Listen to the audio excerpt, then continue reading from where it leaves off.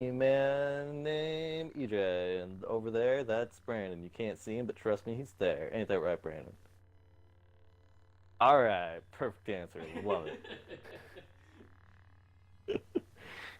Um, True to our word, we're going to be talking about Solo today. Untrue to our word, it's about 6 days after we said we'd talk about it. Life happens sometimes, though. Yeah, a lot for a long time without food, slowly dying, inside As and out. always. Luckily, people can't see it when you die on the inside. Only when you're dead on the outside because of dying on the inside because of lack of food. So, what did you say this is going to be? A general analysis, or what was the thing? Well, obviously we're going to Yeah. analyze it to a point, but I think what we said a week, 2 weeks ago was that we were going to talk about like how Solo fits into Star Wars for us personally, and like what we'd like to see out of Star Wars because of it, or something like that. That sounds about familiar. I I think mean, I either remember way, now it's in saying my something head, like and I'm that. going to do it. Oh, I'm fine with it. But could you tell me where the solo game mode is? Is that over in multiplayer? The Um, which section is that in? I think that's Man, I don't fucking know. I guess multiplayer, operations, extraction.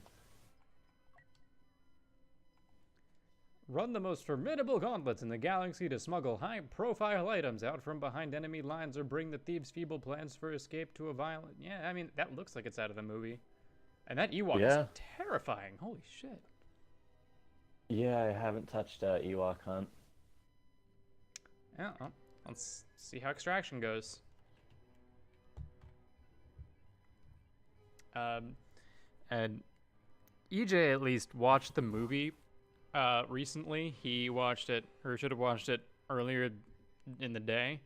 Um, it's been a bit since I've watched it. I was planning on watching it last night before I fell asleep, but then I ended up working on something until like 7 in the morning. So, I mean, don't give me too much credit. I wasn't focused on it. I was doing other shit. well, I I mean heard that's like three lines though, and I saw like Chewbacca holding stuff. yeah. Like I wondered if it was really worth it to be like, well, should I take time out of my day now to, try and watch it again? But then, like I ran through all of the movie in my mind, and I'm like, there's not really a part that I think I would need to like go back and rewatch to get more of. Like, get more out of enjoyment, or like to remember it. To remember it because I mean the movie was pretty straightforward with how it went about things. Yeah, and even rewatching it, all it did was like make the memories of the movie a little bit clearer for like the three instances I looked up at the screen.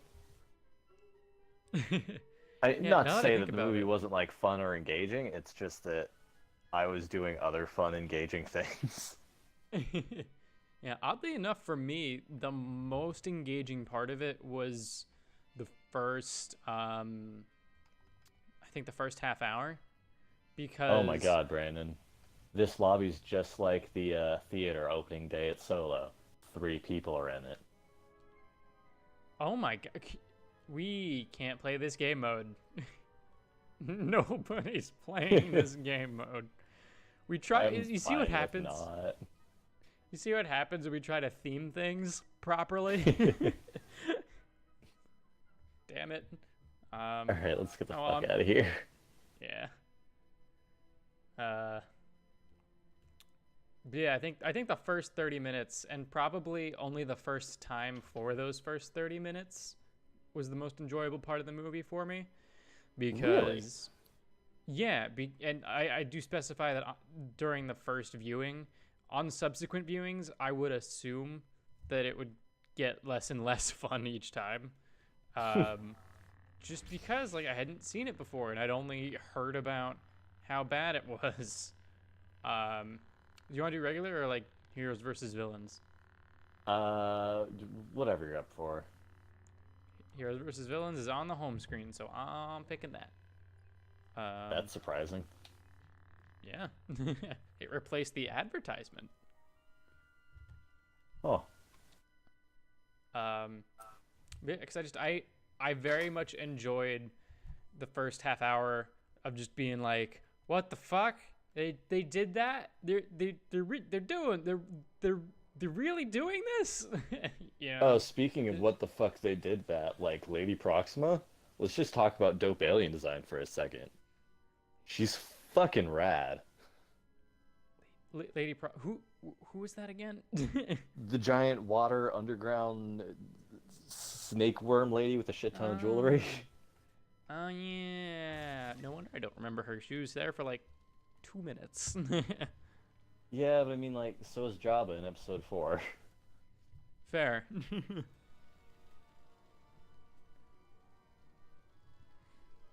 Yeah.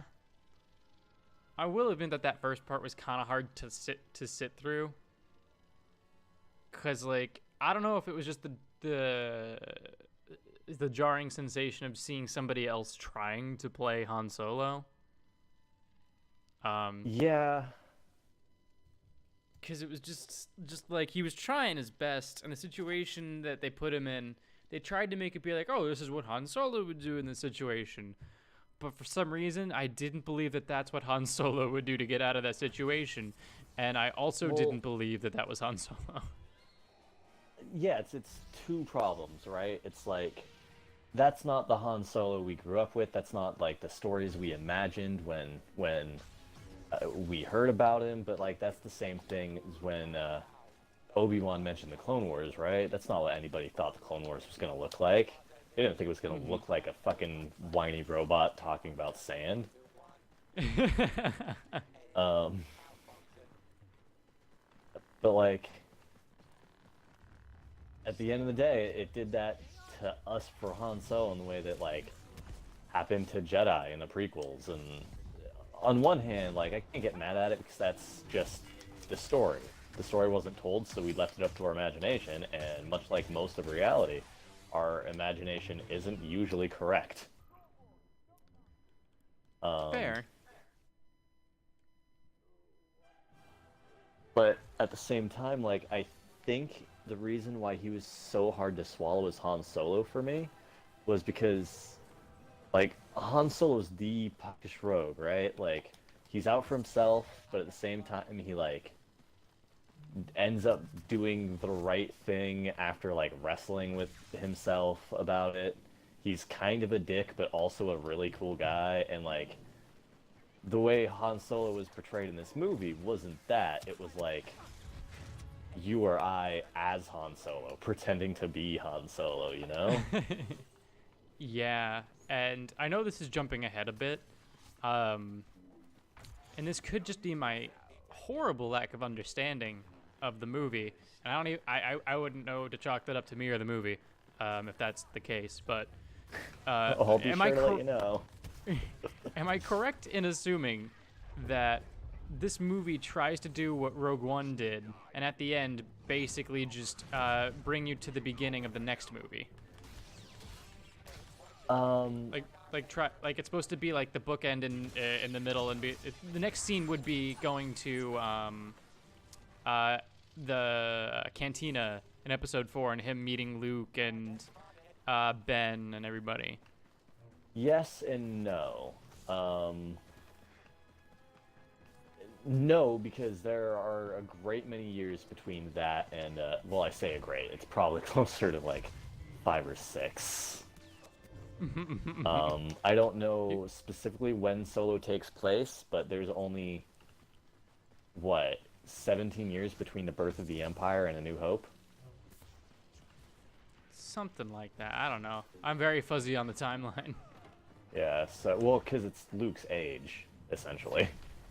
Yeah, I always thought Luke was like 22. No, I used to have an encyclopedia, and Luke's 17, turning 18 at the end of the movie or some shit. Huh. But yeah, so at most it's like 4 to 5 years to make that make sense for all of what's happened with the like Imperials. 'Cause they have all their current shit. They didn't spend a lot of time like showing proto-Imperial weapons or designs or anything like that. So it's pretty clear that it's essentially the current incarnation of the Empire. So we couldn't have been doing Han Solo shit for more than like a handful of years. But at the same time, yeah, it's essentially when we see him in the cantina because if they immediately went to go talk to Jabba at the end of the movie, that means he was just running shit jobs for Jabba for the rest of his life. That's kind of sad. Yeah, right? um, Like, that's the worst thing about this movie is how sad it makes Han Solo. He's like a fucking washed up high school quarterback. Where those were his fucking golden years, and they're over now. And his golden years were literally like a week. yeah, because like that's the other thing I was gonna get to was like, w- and this like it was never. I don't know if it was ever specifically stated. Like you said, you had that encyclopedia which had the actual like facts and the knowledge in there. Um, but from episode 5 and just the way it could just be Billy D being an amazing actor, which he is. But when he sees Han again for the first time on Cloud City, you can just feel like the years of history there, and the interactions they had in this movie felt like the only interactions that they ever had, or that they were saying. Excuse me, I can't talk. Um, it felt like that the movie was trying to say that like, oh, these are all of the interactions that you would ever need to see and all that you would ever need to know of in order to get episode 5 and why they liked each other, because he showed him winning the Millennium Falcon, it showed him being friends, and I can believe that they're friends, but not to the point where like, that's like if I was Lando, and I saw that guy again after, I don't know, 5 to 8 years, I wouldn't be like, hey, I would be like, oh, hey, what's up? How's it going? Yeah, wouldn't be like- especially the kind of shit treatment Lando got in this movie. Like, Han's crazy charismatic, always has been. And even, is Alan Albright? Albright?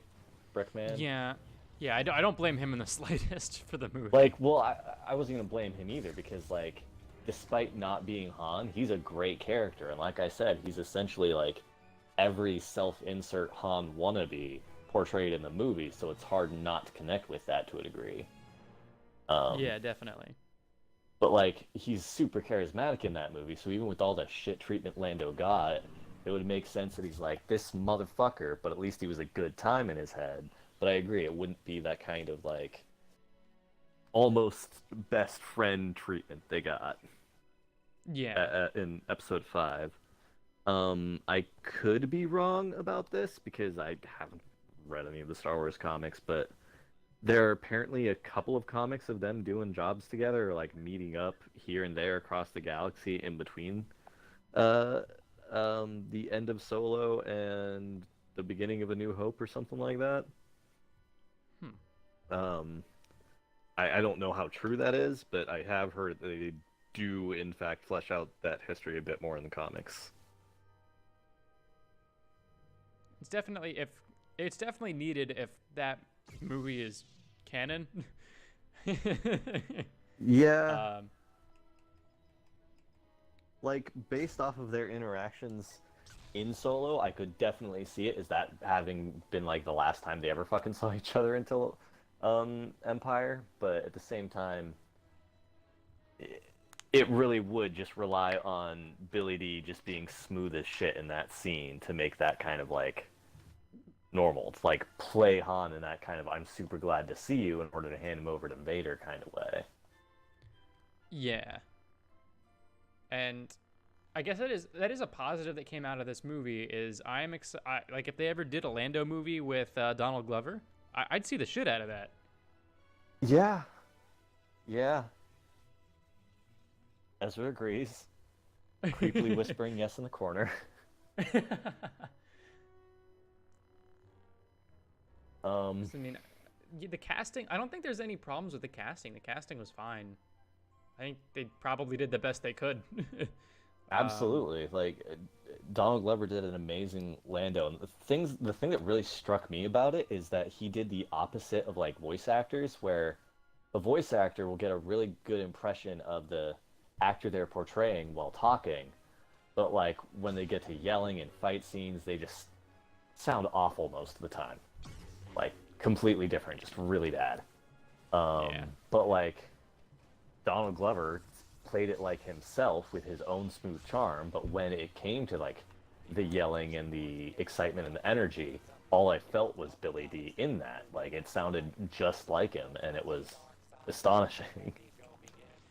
Yeah, and I think that comes to weirdly a better understanding of Lando than Han as a character. I'm getting just fucked. Oh my god. I don't know why they let me live. All three of them just ran right past me. Well, well, huh. It was their And last mistake. I have no idea if it was my mind control, but Darth Maul hopped off the Cloud City. um, but yeah, like, cause like you said, like, I, I think it might also be coincidental that like Donald Glover and Billy D, you know, in that role have a very similar charisma. Have a very oh no wow, I'm alive. But just I can feel that that's a younger version of oh fuck, there I go. I can feel that that's a younger version of Lando, but I can't feel that that's a younger version of Han, and I think that's because they just tried to tap into the character of Lando without really worrying about getting Billy D's particular performance out of the character. Whereas with Han, they were like, okay, not only do you have to be a character, but we want you to be Han Solo being the character. Or, my bad, being Harrison Ford being Han Solo. Which is And on infinitely top of harder. that, then they had to write him as the main character, flesh him out, have him grow and learn, but in a way that has him like end up at square one for the next canonical movie. So there's a huge juggling act in between, like in comparison from him and Lando.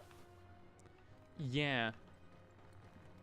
Like, in my opinion, like before I had seen the movie, and I still hold this opinion after having seen it, like I dislike the ending of how he just shoots the guy and then does like the Shakespearean like he's very sad about it, he's upset, he's holding him, being like giving him like the very Shakespearean death, and I'm like, no, how would you shoot the guy and be like, well, that was annoying. Chewie, you want to go do something else? But that's At like least the crux of the movie, right? Is that it's the Han that we want and need versus like the Han that is.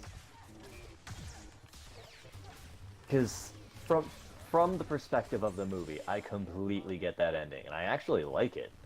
Like for all of the oh, this is where this comes from in every step of this movie, that's the one I liked. The reason Han learns to shoot first is because literally every tragedy and disappointment he had to go through over the course of this movie.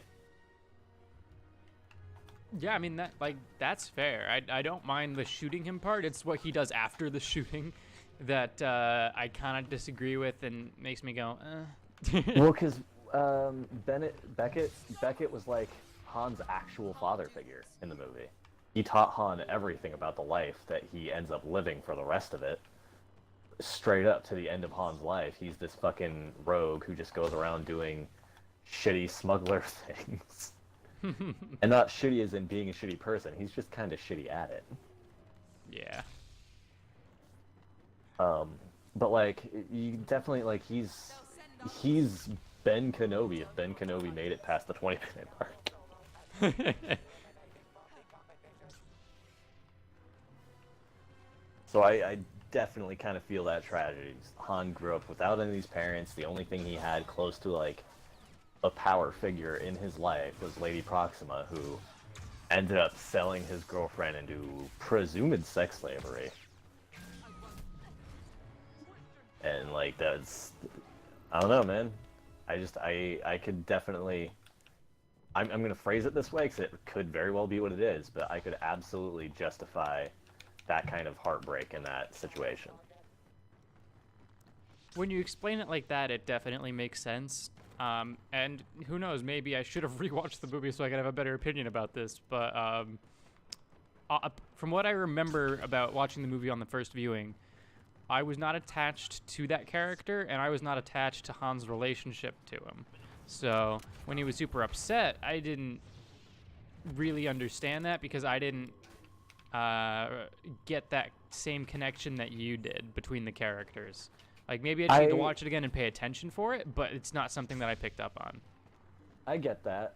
Honestly, it wasn't until the second viewing of the movie that I kind of felt that positivity at the ending.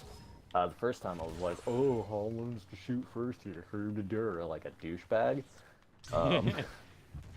But once I just like put that aside and just wanted to enjoy the ride of the movie, I kind of like, I felt that. But I think the reason that like dynamic in that relationship hit me more effectively than it hit you is because I saw myself like both in Woody Harrelson's character and as like Han.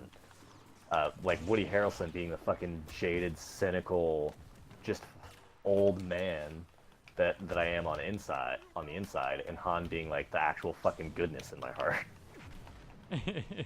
Actually, on that note, like, you know what part in the movie made me laugh the hardest? What? It was when Woody Harrelson's wife, girlfriend, whatever, died, because. And it's not the death in particular that made me laugh. It's what happened afterwards, because he was clearly upset in the moment, and I was like, "Oh, this is gonna wreck him. It's not good. You don't want your significant other to die." And literally 5 minutes after she dies, he's like, "All right, I guess we're on to other things now." And I'm like, "You move on a little quick there, buddy." You must be really expert at accepting death. Yeah, I get that. I mean, on one hand, yeah, it is a little bit of that because, you know, you live that life, people are going to die, clearly. But I count that as, like, 2 moments from a storytelling perspective, not from the actual, like, effect that it had. And that would be, like, the moment Han kind of died to him, where he wanted to feel the things for the Han, but, like, at the end of it, he would have had no problem shooting Han like he absolutely was about to at the end of the movie. Which may not have happened if Nia Chick from Game of Thrones. Was she? Was it Han's No, love interest? Beckett's wife. Oh, yeah, her.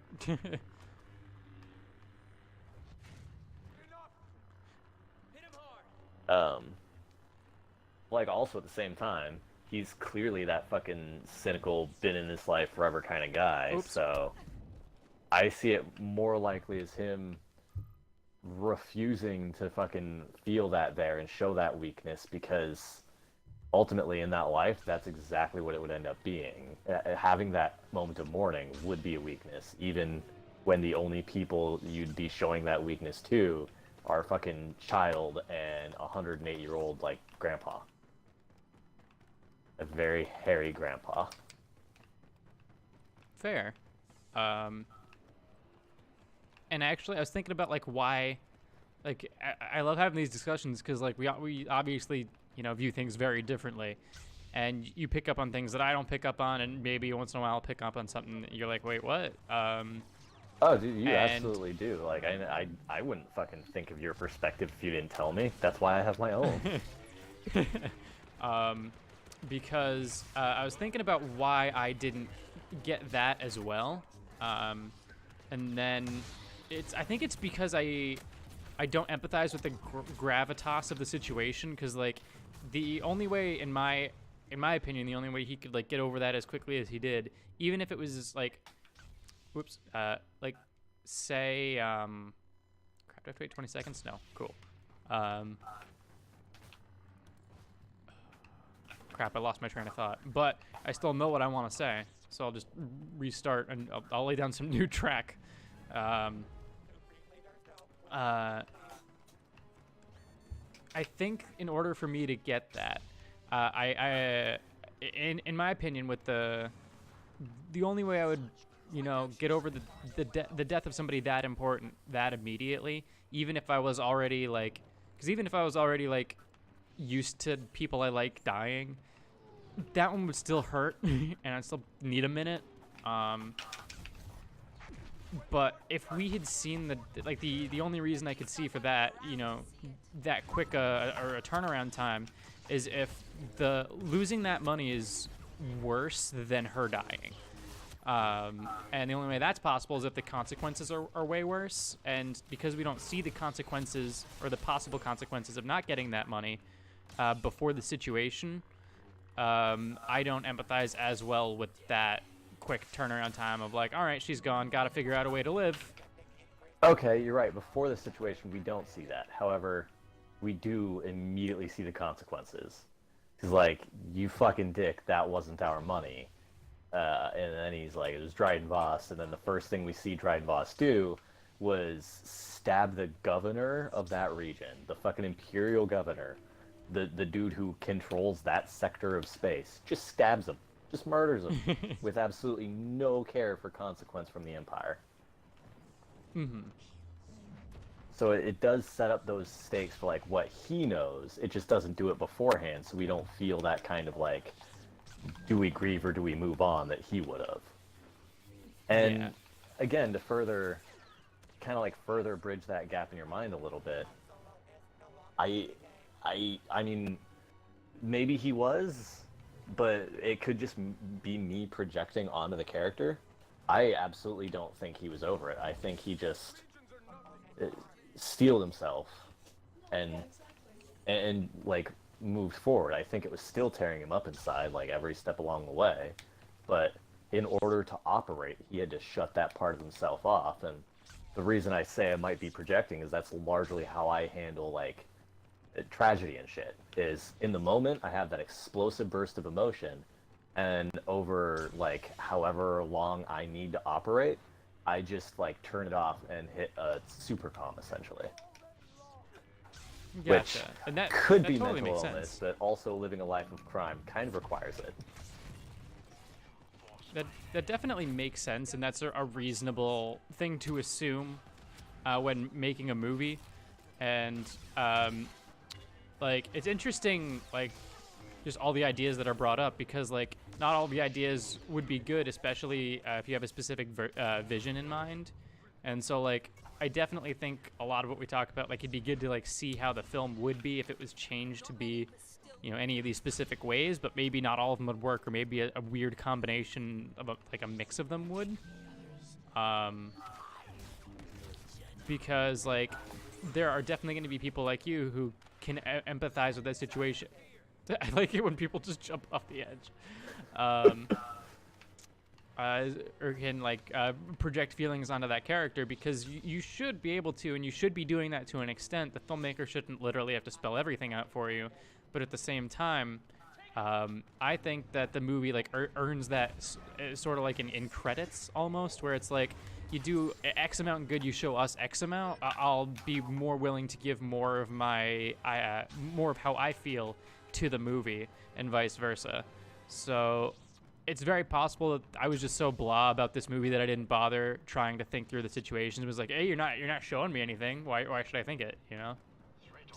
But all right, I kind of I get that, and like I'm not trying to poo-poo on how you view movies, because that's your fucking experience. You're not living my experience, But Yeah. I absolutely understand and get the show me, don't make me fucking do all the goddamn legwork for this shit. Like, it's not a goddamn Christopher Nolan movie. Give me some answers kind of thing. But like, I also think that's kind of like a video game thing in a way, where you have to show those consequences. You have to make them real, because if you just imply them, they're not going to mean anything, because the nature of video games. I think that might be a little bit of crossover between media for you, but at the same time, like, I also agree that when that's done well in a movie, that could absolutely just like set everything up for it in a beautiful way. And I do agree that to a certain extent, this movie should have done a little bit more of that showing.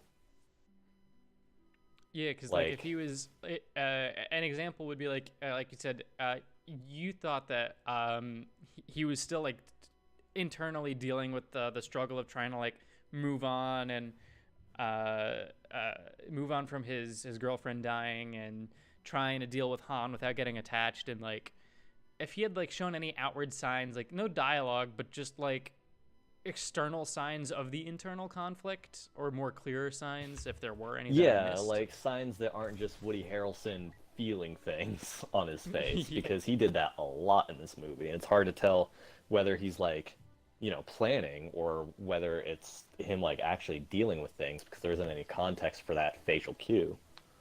Yeah, and that honestly might even fall on the director. And God knows that this movie was bad with All directors. three of them. I But believe who was the last director? Ron Howard? Was he the final yeah, one who Ron did it? Howard. Yeah, Yeah, he was the but one who finished it. my favorite descriptor of that is that he was running around with a pack of band-aids trying to fix everything and just was not able to. So I heard three things about it. That um that Disney cut the whatever those two dudes were who made Spider-Verse after or during, because it was like way too comedic, it was way too humorous, it was too light of a movie, um or whatever, and that was the first version I heard. And then like seeing the movie, this movie has tons of fucking yucks. This movie is goddamn har har town. That's a horrible. God, I gotta work on my vocabulary. I like it. um, and then the second version is like the movie was just way too goddamn dark for Star Wars, which you can also feel a bit of that in the Remnants. What with the implied, maybe not sexual slavery, but it seemed really uncomfortable the way Dryden Voss was like handling Daenerys Targaryen. Like that didn't seem like that was wholly two-sided. It seemed like one and a half sides. Yeah. So like clearly there's a lot of darkness still in that movie. Um, but like I kind of want to see both of those be true. I want to see Star Wars as a fucking straight up comedy, but I also want to see like just this dark, somber, bad fucking time that could have made Han Solo into the general douchebag that he was from that plucky kid that we didn't recognize as Han Solo. Yeah. And it's in my opinion where like the story mixes with the casting of Han Solo specifically that I think would need an overhaul for that to work. Because I think that they should have made Han a little bit younger for the movie, and the movie should have taken place over a longer period of time than it did.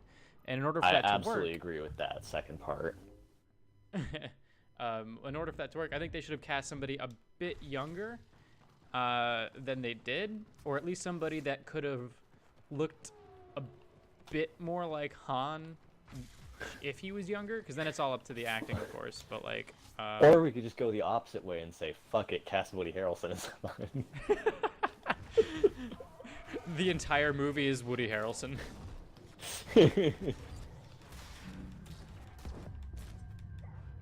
Uh-oh.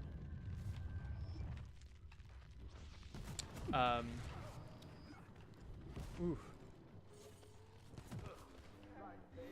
I forget why I brought that up even. I don't know, but I kind of look at it as like, I'm not gonna worry about it. This is the story that we got. I got the good parts out of it that I could have hoped for. I went in, honestly, just expecting a bad movie that ended up being like the greatest hits of Han's life, which it was, but it was a fun time because I didn't expect anything more out of it, and it was a good experience. And honestly, it's like the most just fun Star Wars has been for me in a long time. And that's not saying that Star Wars hasn't been fun. It was just like that good of a time for me. That's fair, because like I guess like a full overview of my opinion on the movie is like the first 30 minutes is ridiculous and fun on the first watch. Don't know how it is on subsequent watches. The scene where he speaks Wookiee is a masterpiece of ridiculousness that Oh I God, don't know why anybody put it in there, but God, I'm glad they did. I don't know why he tries to speak. Again, apparently it's called Shriwook. That's weird. Didn't learn that until like the first time I viewed the subtitles on. I don't know how they expect people to read the subtitles to understand what Shriwook is, but whatever. Just we had we make a fake battle of pretend is the best goddamn line in everything.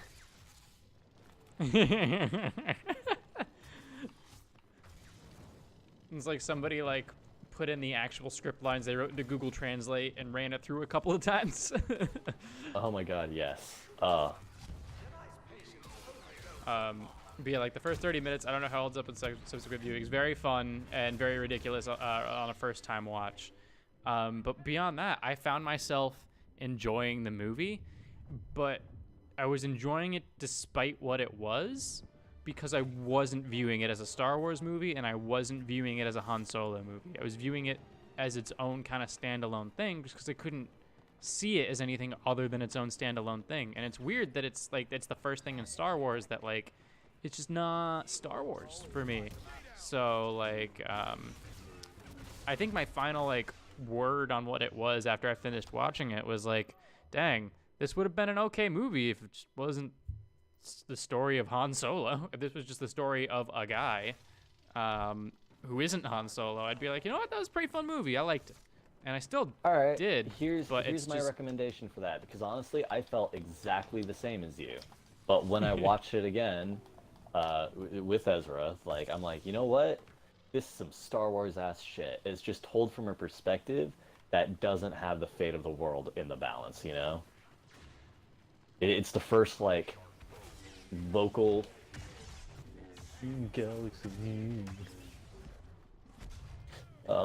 It's the first like local contained kind of stakes story that Star Wars has ever done, really, on the screen.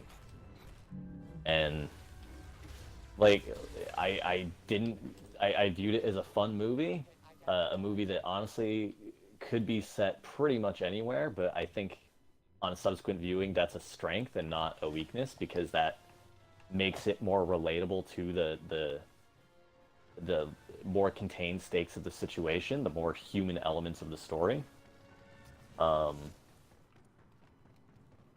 And I also think that watching it with somebody who didn't give a half shit about Star Wars was a bonus for me, because it made me put the Star Wars love aside to watch it as a movie, and that somehow sprang up more love for Star Wars within my soul.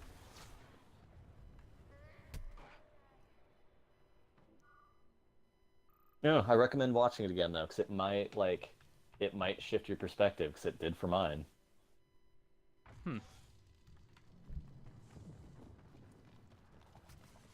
Because like, yeah, by the end of it, I had completely forgotten that it was like a Star Wars or Han Solo at all. And I honestly don't think it was because of the stakes. I'm actually usually pretty good about stuff like that, where it's like, it doesn't have to be a world-ending conflict, and the conflict usually doesn't define the I guess the franchise for me, because it's the character interactions and it's the world and it's I guess the general feel of it, the more subjective parts that do it for me. Because I did like it, taking it on its own as a movie. I had a good time. I enjoyed it. It was all right. Nothing to complain about. But taking it into Star Wars context, that's when it starts to go downhill for me. But I mean, and it's not quite the stakes that I kind of meant. I mean, yeah, it's the stakes because it's the, like I said, it's the first like localized issue. But like, when you think about what Star Wars has been on screen up to this point, it's always been like fucking royalty and knights and space magic, and it's always been just high fantasy but in space. And this just seemed way more grounded, way more like not modern, but a very low fantasy, almost low sci-fi version of a heist movie. And Star Wars has always been very big with its characters, very big with its repercussions, very like everything has always been connected to something else on the screen at all times. And this movie, yeah, but it's not connected to itself. It's connected to things outside of the movie that then transfer it into that larger world that is Star Wars. And it doesn't have any of the space magic. It doesn't have any of the fucking space knights and space princesses and fucking evil space wizards. It doesn't have any of that shit. It hardly even has fucking spaceships. Okay, and then maybe I'm just not getting the point then of what you're trying to say. I understand exactly what you're saying, but like, what are you trying to get across with it? This movie has a very tiny amount of Star Wars in it. But because of that, it's a different take on Star Wars that makes it feel like it fits to me in a way that it clearly like doesn't for you because of that lack of all of the Star Wars ingredients, if that makes sense. Oh, okay. Maybe I'm not explaining my half then properly. Then explain exactly what Star Wars is to you. That is kind of the point of the podcast right now, I guess. Well, I could do that too, but that's Well, not I really think my it's going to problem. be necessary for me to understand what your perspective is on this. Yeah, I absolutely will. I just, I'm just gonna clarify what I mean about it because I guess it did get confused. I did bring in like Star Wars feel into it, but I also didn't understand exactly the point you were making by bringing that up before earlier. So I just decided to just start with that conversation. It's not that this movie doesn't feel like Star Wars because it honestly does. Then why'd you say the words, it doesn't feel like Star Wars to me? You're right, I did say that. I guess it depends on like, because like the world feels like Star Wars. The characters don't. I think that's the distinction I didn't make.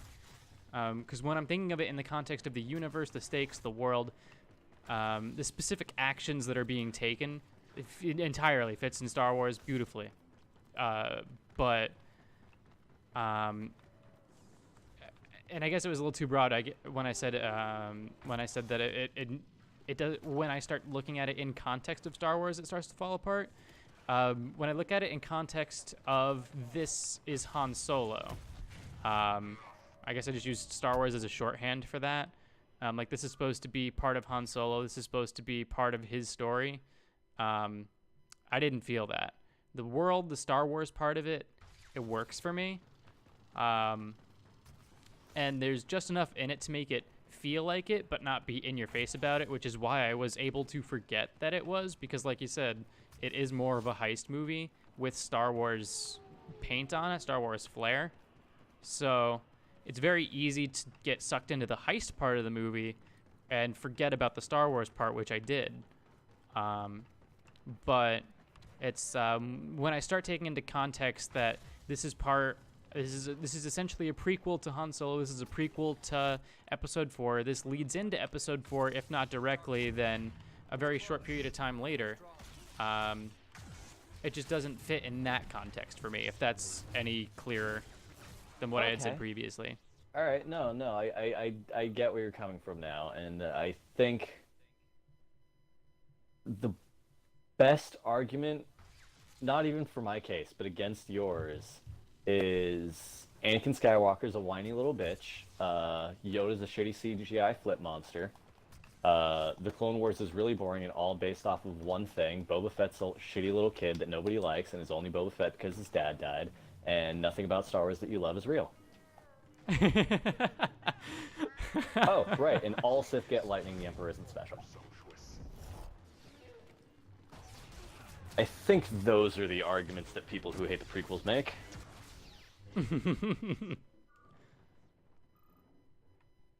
Like it's a joke, but like it comes from the same place, right? We have our own preconceived notions, and when we're told we're wrong, we don't like it. And Yeah. the only way that you're gonna like it is if you make the conscious effort to be like, put your expectations aside and rewatch it not as what you wanted the story to be, but as it is, which is again why I recommend the second viewing.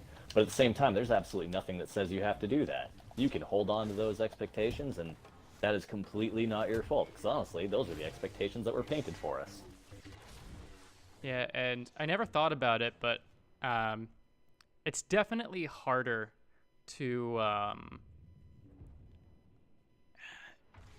it's an interesting word for it, but it's hard to um go in with like, well, it's not hard to go in with no expectations. It's hard to, like, I guess, have no expectations or be taken on a ride, because I mean, maybe it's also how I view it, but like if I have zero expectations and I don't have my own idea of where the story should go based on, you know, other context, then I would probably like a majority of movies.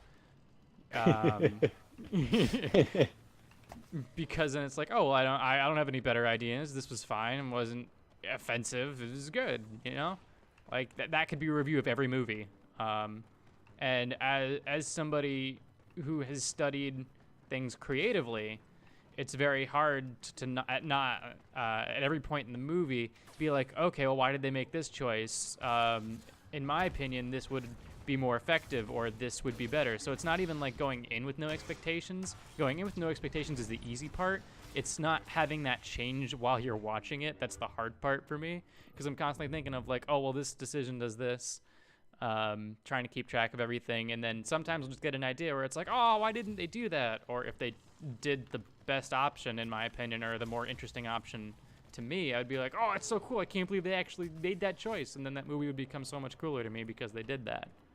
And I don't know how many other people watch movies like that. Probably just the nerds who like to overanalyze movies as well as critics. Yeah, people who like to work for fun.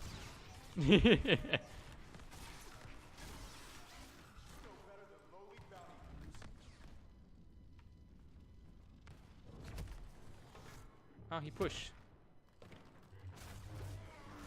Oh my god. Oh, oh, dang.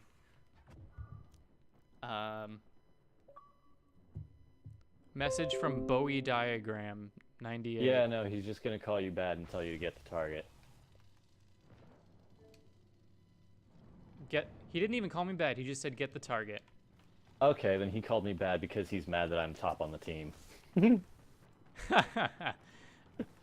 Come on, Bowie Diagram. 0 kills, 0 points. Come on, man. What are you doing? I mean, he's the one literally sitting on top of something with absolutely nothing going on. He's the person dragging this out. Also, it's kind of hard to get the target when the target is flopping you around like a fish, and there's also an Obi-Wan helping him. Oh, they're all together. They usually are. I almost had him, but for some reason my my Kylo Ren Fury Strike wouldn't lock onto him. I was able to kill 3 of them at one point, but it cost me like all of my What's the hit emote points. button? What's the emote button?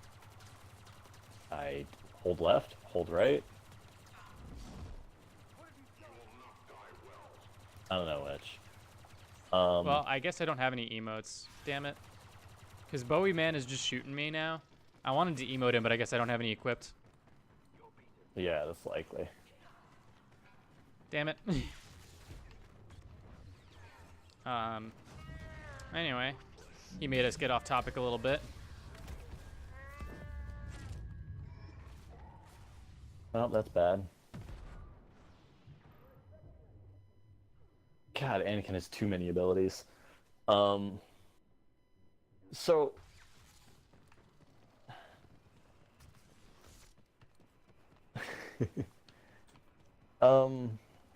bringing it back, I get where you're coming from with that analytical brain, and I don't fault you for that.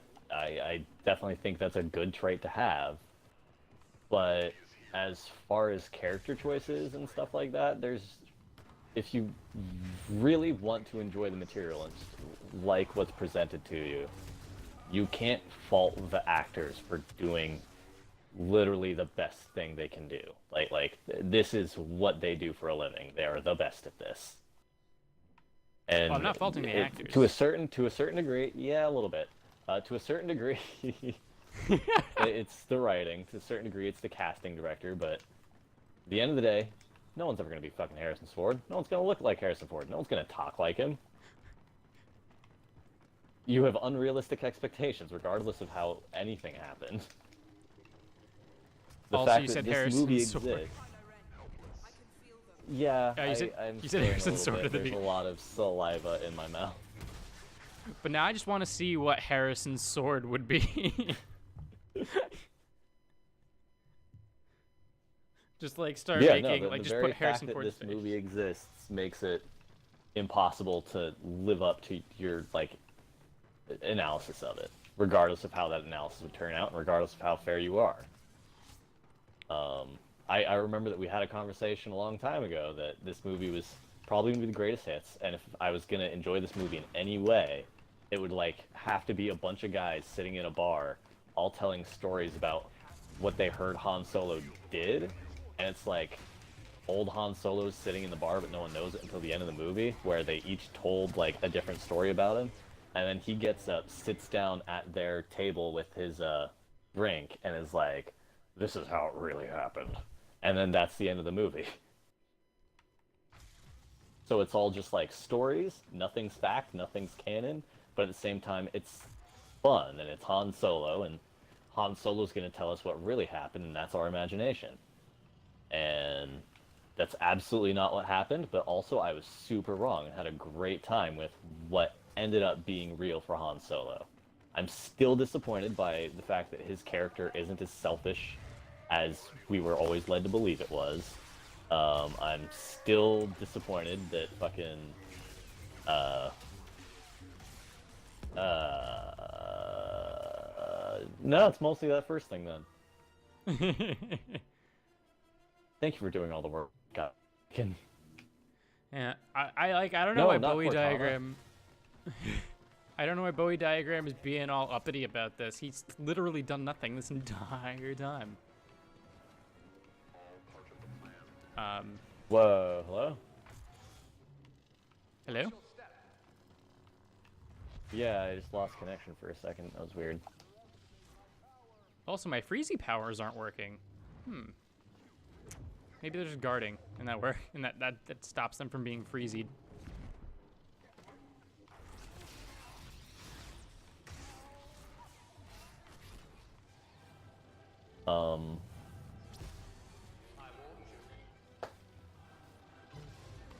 So, but Uh, anyway, long story short, on the first viewing of this movie, no matter what happened, I mean, it's not a guarantee that you'd feel this way, but it was more probable that this movie was gonna kind of like lead you to feel the way that you did than anything else, even if it was like the perfect for what it could have been kind of thing.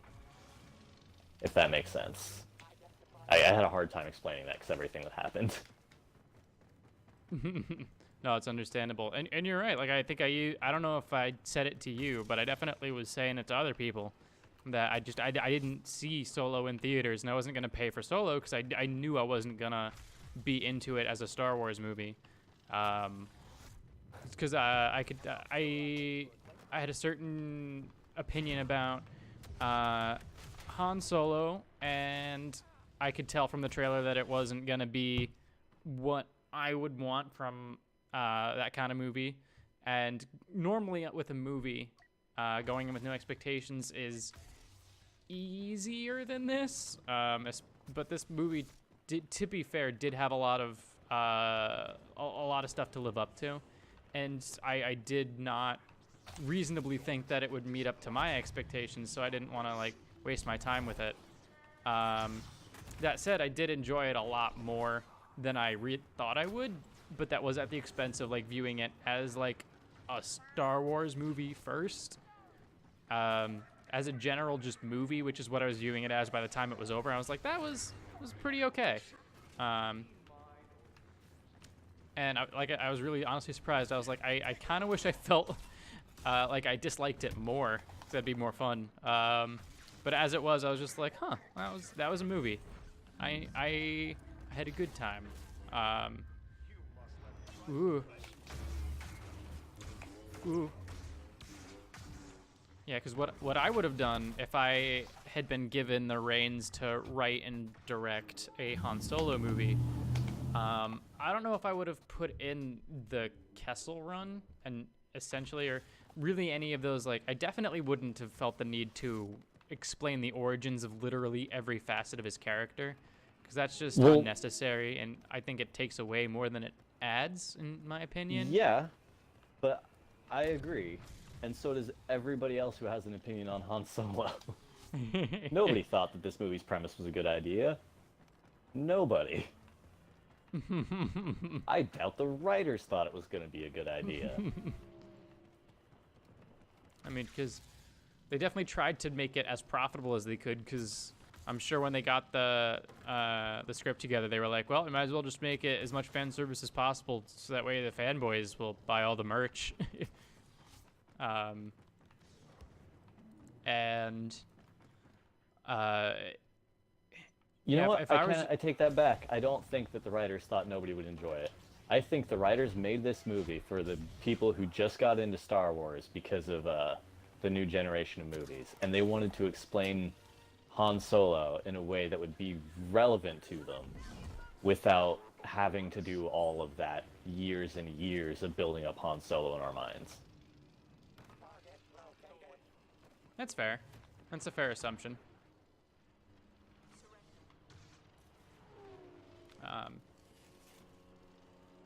I would have definitely... I'm sure everybody would have done it much differently. I would have put in more of a contained story, and then the ending would have had him be kind of like... It wouldn't be a happy ending. It'd be kind of like an odd ending, or... like leaving your sad girlfriend ending. for dead, killing your dad, and then gambling a ship into victory. I think that's kind of odd.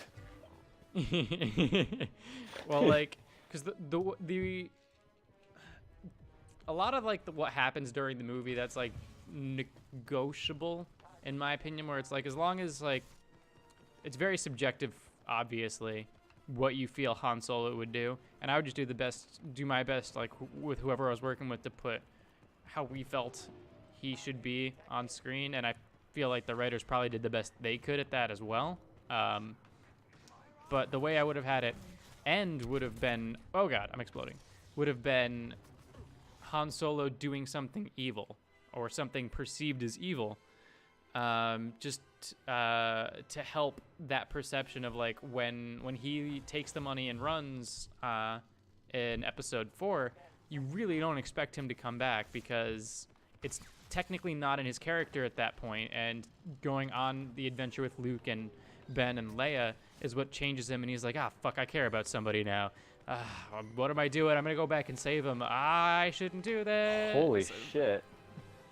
I'm sorry, but you saying that made me realize that, like, Beckett was kind of made to be the exact opposite of Han in that situation. He was? Yeah, because when you think about it, like, he takes the money and runs, and instead of being like, alright, kid, come join me, we're gonna fuck shit up together, he's definitely gonna shoot Han. He fully intends to commit to doing that bad thing. Like, in a way, he's kind of built to be that version of Han, like the flip side. Huh. Beckett's just kind of the Han that we wanted, now that I'm thinking about it. Huh. That's interesting.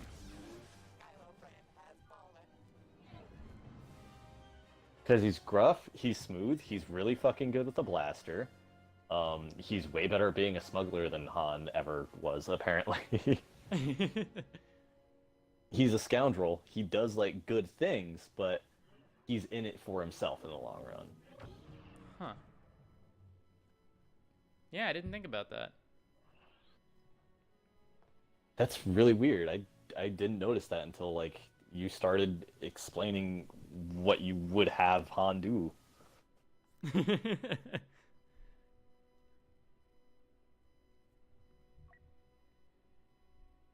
Oh man. Oh, this movie's so good. Like it's not what I wanted, but I'm glad I got it, honestly. And I was totally with you. I wasn't gonna see this movie in theaters. I wasn't gonna fucking give it my money. But now, having seen the movie 2.25 times, I'm honestly disappointed I didn't get to experience it in theaters because I feel like all those situations would have been amazing with like the great sound, the fucking big like clear picture, and just having that like theater atmosphere behind it. But like I definitely would have had to have seen it a second time for the reasons we stated earlier. Yeah, like going to the movies is always a good time, and I will always be sure to specify, because some people don't understand that like this is a thing that can happen. I can dislike a movie, but I can enjoy the experience of watching said movie that I disliked. Um, it's got to take a pretty uniquely terrible movie for me to have a bad time watching it and dislike like it, or like Sharknado. uh, or it has to be a psychological horror movie, just because that would just make me have a panic those are attack, always and a that's bad not fun. time for you.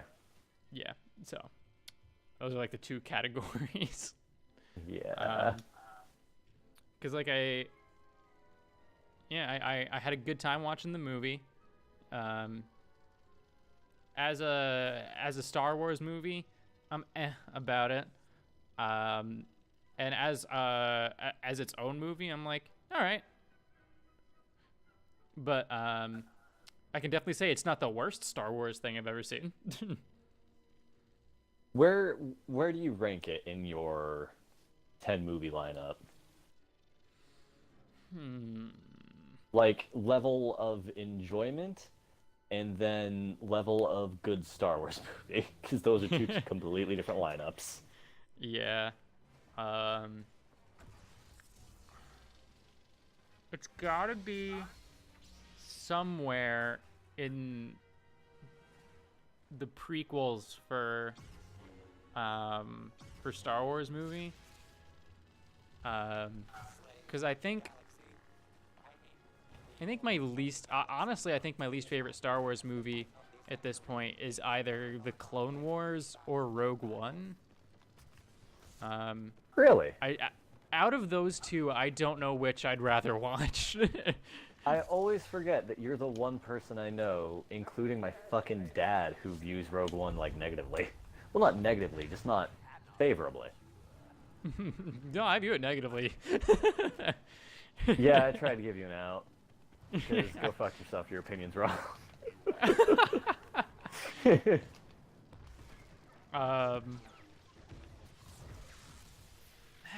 I probably think it's better than Clone Wars. I really don't like the Clone Wars.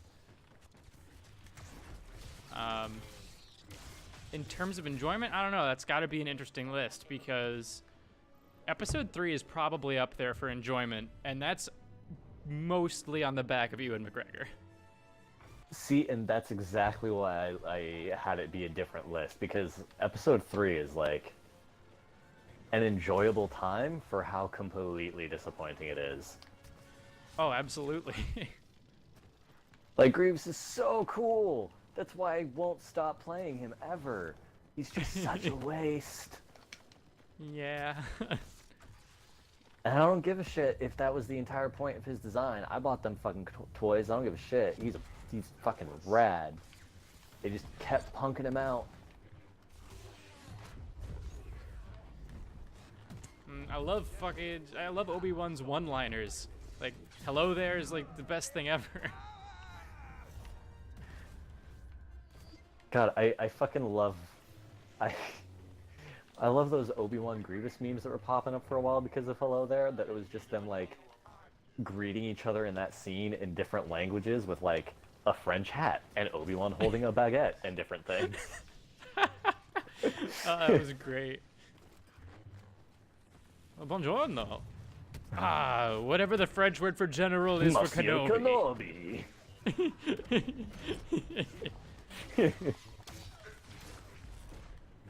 It's why I want an Obi-Wan movie so bad, because Ewan McGregor would just make it a fun time, whether the movie's good or not. And you know what? For once, where it's like, I always end up blaming I can't attack anymore. There we go. Alright, I fixed my glitch. As much as I blame people for like, oh, 15 Transformers movies, why? Because you fucks keep watching them. I am so incredibly disappointed that they've halted the Star Wars Extended Universe for now because Solo didn't meet its goddamn astronomical projections with the board that's crazy. meetings. Like, it was still an insanely successful movie, but like, it missed out on a lot of the Chinese market because China's more about giant robots beating the shit out of each other and like Bud Light than it is Star Wars right now. Oh yeah, like, cause I was writing a script for a YouTube video about I think The Last Jedi, where I actually looked up like, cause I think I wanted to take a minute to just make sure everybody understood that The Last Jedi didn't do bad and that it wasn't a flop, and so I had to compare, like, or I was gonna compare like. Isn't it still like the 4th or 5th most successful movie of all time though? I think it's 6th, but I mean, to be the 6th You're right, that's an highest awful grossing movie. That's so bad. This is, oh no, I would be so embarrassed to have the 6th highest grossing movie ever made in the history of ever. You know, I just probably have someone shoot so much cocaine up my asshole that I explode to death. That's probably how I'd handle my life. I just don't know any other way. I don't think there's any other logical option, you know? And of course I would have my cocaine tube would be solid diamond and made out of orphan tears that I contracted a fucking like a cybernetic tiger to do the surgery to like, it's freshly squeezed orphan tears, but not from the orphans, from their orphan tear glands. Just because, you know, I have the money to throw around after making the 6th highest grossing film of all time. But yeah, I looked up like the budget of Solo and how much it earned. I think Solo's budget, I forget how much it was. It wasn't a huge budget in comparison to like the movies now. It's still like a stupid amount, but most of its budget went to the reshoots and the director switches and all that, didn't it? Yeah, because I think it was a total of like $200 million or something like that, and the movie made like at least $200 million. They made the cost of the movie back. They just oh my god, good job. Thanks. Well done. All right. Let's go over here then. But yeah, they made the cost of the movie back, but what I think they usually want out of movies, and I'm not like a financier of movies or anything, but I'm pretty sure they would consider a movie a success if they earned twice the amount it took to make it. So basically, you could make another movie and then still have enough to make a second of that movie. So you earn all of it back, and then you make that same amount again over that same amount. So if the movie costs like $300 million to make, they'd want to make $600 million, you know, and then that would be considered a success. But I think they might have made like 50 to 100 million more than it cost, which is still a fuck ton of money. It just wasn't like what they would want out of it. Yeah, and to be fair, I'm completely pulling this out of my ass, but I'm pretty sure that like they had to double their budget to afford those reshoots. I mean, that makes sense, because you have to pay for the studio time, the equipment, the actors, the editors, everything. The new fucking director. You have to give the goddamn whatever you promised them, the original directors, once you shit them out. Yep. Because So you we gotta gotta pay like everybody. fucking release them from their contract or whatever. Yep. Gotta pay, gotta pay.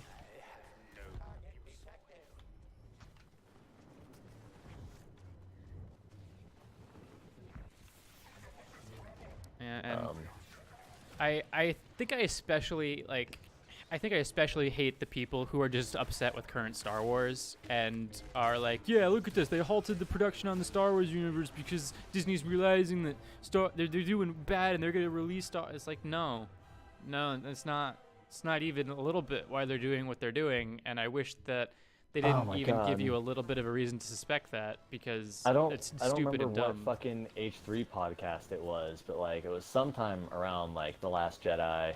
It was before Solo came out. They were whatever guest they had on was asking if they were gonna go see the new Star Wars movie or some shit. Um, I think it was a podcast with Common Etiquette and Jax Films or some shit. I'm like, oh, you're gonna go see the new Star Wars because it's whatever Star Wars time, and he's like, nah, I'm kind of sick of Star Wars. Like, there's just too many. Star Wars used to be this perfect thing. Every one of them was really good, and now it's like, well, this one's okay, and that one's all right. And then in the same breath, he's like, well, except for the prequels, but nobody believes those exists. I'm like, Ethan, you fucking, you piece of shit. It's been like 15 years. I do understand sometimes why people get upset with Ethan on the podcast. But to be fair, you're just kind of like speaking offhandedly. You're not really taking the time to make sure what you're saying is like your 100% opinion. Exactly. Like- It's like 3 hours of literally just saying whatever comes out of your mouth to fill those 3 hours and be entertaining to people. Yeah. Theirs is more like a general variety podcast and doesn't have the kind of strict kind like theming that we're going for. Mm-hmm. So I agree. I don't fault him for most of it. But it's like I just hope that if it were under a normal like conversational thing, he wouldn't have immediately invalidated his own point in the same sentence. Yeah. Like I can accept his opinion if that's his opinion, but like don't have a shitty argument. Fair enough. That's all you can really ask for.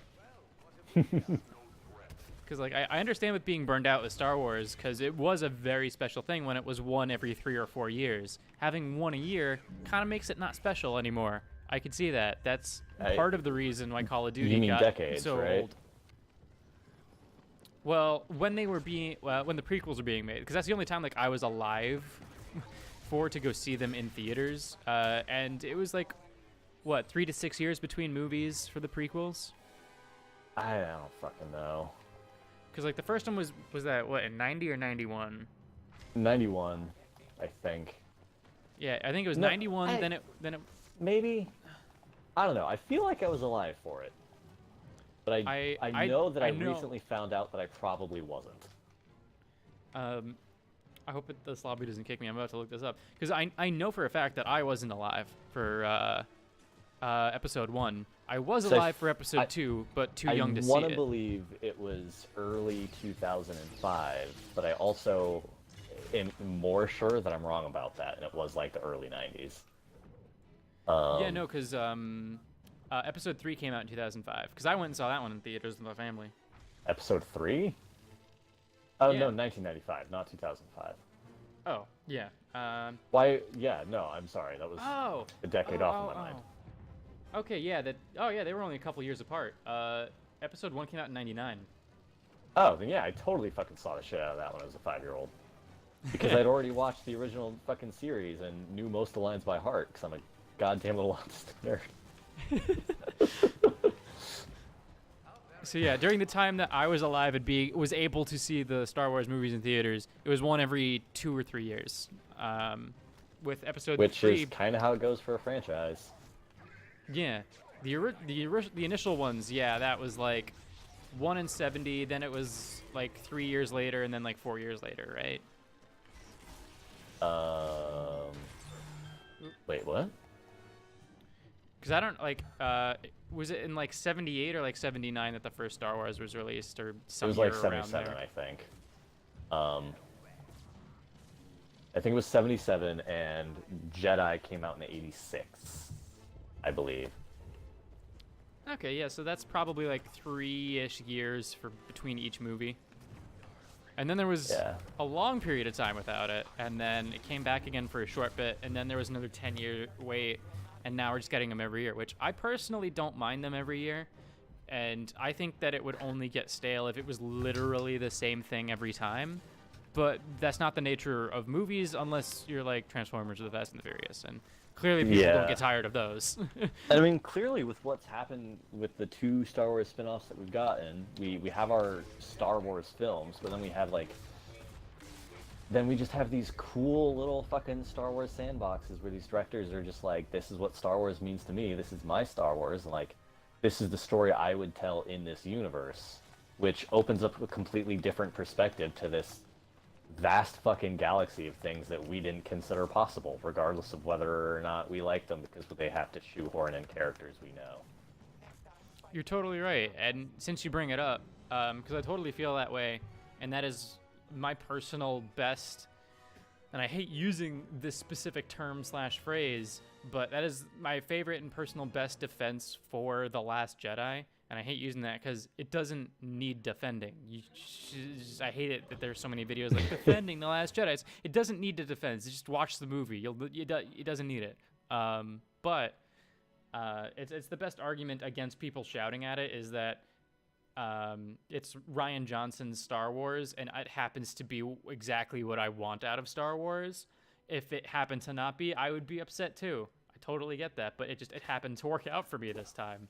And if you would stop getting upset about it, like, yeah, like if the people would stop getting upset about it, you might let the franchise run long enough for you to get what you want too. That's the magic of people telling their own stories. And to that end, I guess I can respect Solo in that way too, where it's like, this is, these people's version of a Han Solo movie. This is their story, and I can respect that they told their story. But like at the same time, that's literally what Star Wars has always been. It just got to the point where the fan base collectively said, no, you aren't allowed to tell your stories in the universe you made anymore because we don't like what you think Star Wars is, because it isn't.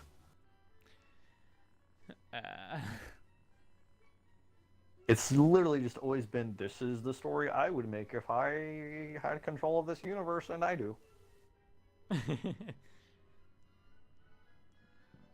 I heard weird rumors once that, like, if George Lucas got to make 3 more movies, it would be going further into the past, I guess, or something. And it would have something to do, like, midichlorians would be, like, the main, like, focus of them or something. And it sounded very stupid. And I was like, this doesn't sound like... It doesn't sound like this is real information. You know, when you like hear something, you're like, that's... George was always like pretty public with how he wanted to do 7 through 9, and it always had to do with like the Jedi Academy and the resurgence of the Emperor and like shit like that. Mm-hmm. And weird clones. That's why the fucking Legends universe with the old extended universe was made, because he always wanted to like fucking set up that universe if he ever got back to making those movies, so that way it'd be there, it would all be like the right thing, and then he'd be like, all right, here's my story for my thing, and look, it lines up with everything everybody already knows, except not, because I'm George Lucas, and this is different, and that's different, and oh, what if Chewbacca had robot legs?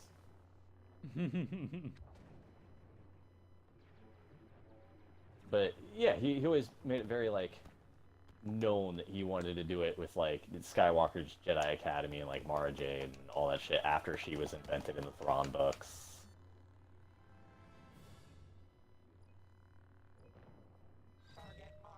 God, Mara Jade is cool. I don't care if she's dead. I want her to be a thing in the real universe.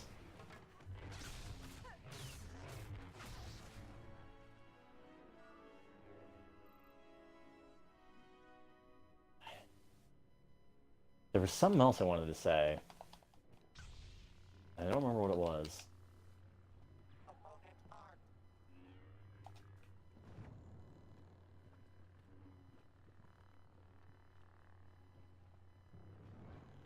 Are you still there?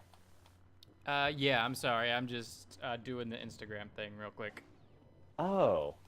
Well, you should have let me know. We'd have taken a break so I could make some food. My bad. As food is necessary for life.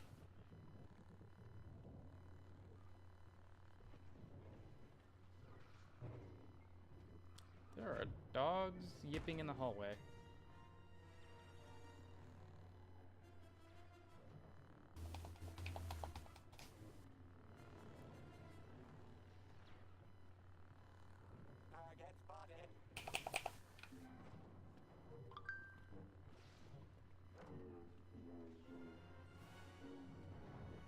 You ever just punch Darth Maul in the teeth to death? Can't say that I have.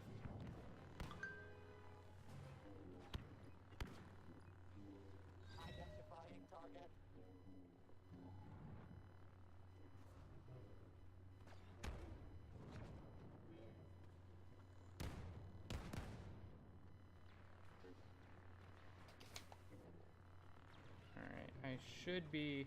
A bounty hunter, reptilian. I should be all set on the Instagram thing. All right. All right, sir.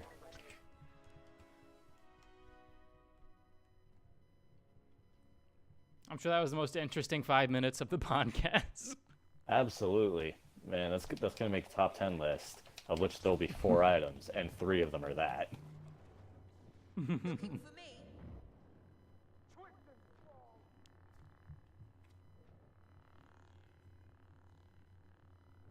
Yeah, I don't remember any of the fucking last points I was trying to make. That completely that sandbagged me. I'm sorry about that.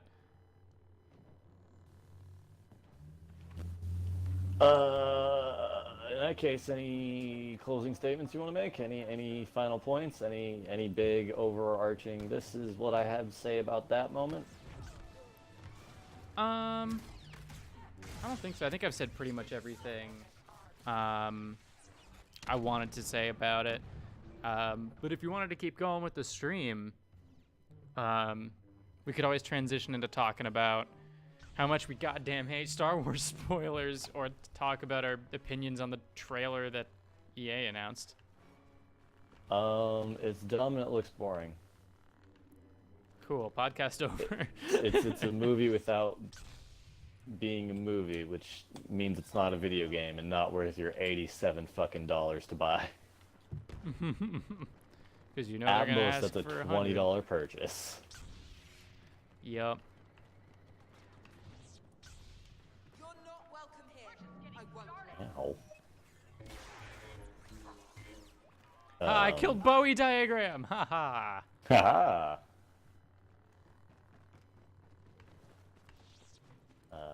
Yeah. I guess. I don't know. The only things I have to say is, if you haven't seen Solo, you should watch it. And if you've seen Solo once and like enjoyed it, but didn't like it, watch it again. And maybe it'll change, maybe it won't. But either way, you'll know how you feel about it after that second time. Definitely. I know how I feel about this Darth Vader coming at me. Fuck a Yoda It's just okay. came by I and slit shot his him a lot throat. in the back of the head.